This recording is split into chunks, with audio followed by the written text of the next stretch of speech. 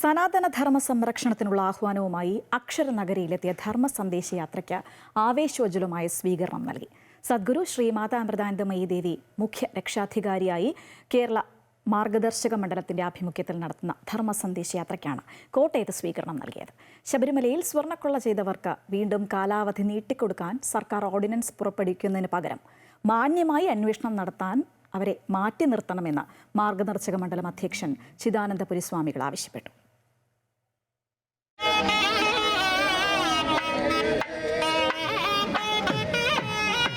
ധർമ്മ സന്ദേശയാത്രയ്ക്ക് രാവിലെ കോട്ടയം തിരുനക്കരയിൽ നൽകിയ സ്വീകരണത്തെ തുടർന്ന് ശ്രീരംഗം ഓഡിറ്റോറിയത്തിൽ ഹിന്ദു പ്രതിനിധി സമ്മേളനവും വൈകുന്നേരം തിരുനക്കര മഹാദേവ ക്ഷേത്ര മൈതാനിയിൽ വിരാട് ഹിന്ദു സംഗമവും നടന്നു. ശബരിമല കേന്ദ്രീകരിച്ച് കുറേക്കാലമായി ചിലർ വിവാദങ്ങൾ ഉണ്ടാക്കുകയാണെന്ന് സംഗമത്തിൽ ധർമ്മ സന്ദേശം നൽകിയ മാർഗദർശക മണ്ഡലം അധ്യക്ഷൻ ചിദാനന്ദപുരി സ്വാമികൾ പറഞ്ഞു.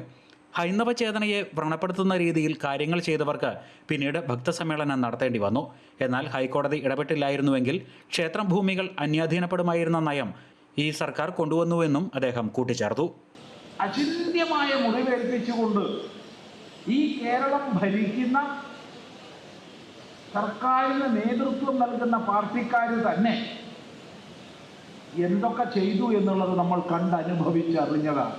നാമജപത്തിന്റെ ശക്തി അറിയേണ്ടവരറിഞ്ഞു. എവിടെ എത്തി?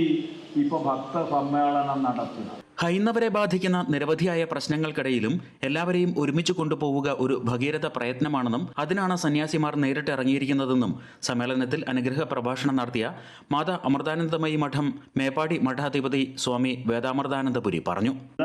പ്രശ്നങ്ങൾ നമ്മുടെ സമാജത്തിൽ ഉണ്ടെങ്കിലും ഇതെല്ലാം കൂട്ടിയിണക്കി കൊണ്ടുപോവുക എന്നുള്ളത് ഭഗീരഥ യജ്ഞമാണ്. അതിന് സന്യാസിമാർ തന്നെ ഇറങ്ങേണ്ട ഒരു അവസ്ഥയിലേക്ക് കേരളം മാറിയിരിക്കുന്നു. ഒരു മാറ്റം നമ്മുടെ കേരളത്തിൽ ഉണ്ടാവണം. ഏതായാലും ഈ അനുഗ്രഹ നിമിഷത്തിൽ എല്ലാ മഹർഷീശ്വരന്മാരുടെയും ഋഷി പരമ്പരയുടെയും അനുഗ്രഹം നമ്മുടെ കൂടെയുണ്ട്. സനാതന ധർമ്മത്തെ നശിപ്പിക്കാൻ ആരെക്കൊണ്ടും കഴിയില്ല.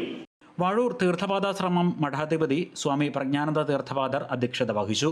മാർഗദർശക മണ്ഡലം സംസ്ഥാന സെക്രട്ടറി സ്വാമി സത്സ്വരൂപാനന്ദ, ധർമ്മ സന്ദേശയാത്ര ജനറൽ കൺവീനർ സ്വാമി വിശുദ്ധാനന്ദ, സ്വാമി പ്രഭാകരാനന്ദ സരസ്വതികൾ, സ്വാമി ഗരുഡ ദ്വിജാനന്ദ, സ്വാമി വിശുദ്ധാനന്ദ തുടങ്ങിയവർ സംസാരിച്ചു.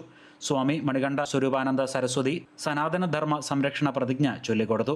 നൂറുകണക്കിന് ഭക്തജനങ്ങൾ സംഗമത്തിൽ പങ്കെടുത്തു. അമൃത ന്യൂസ്, കോട്ടയം.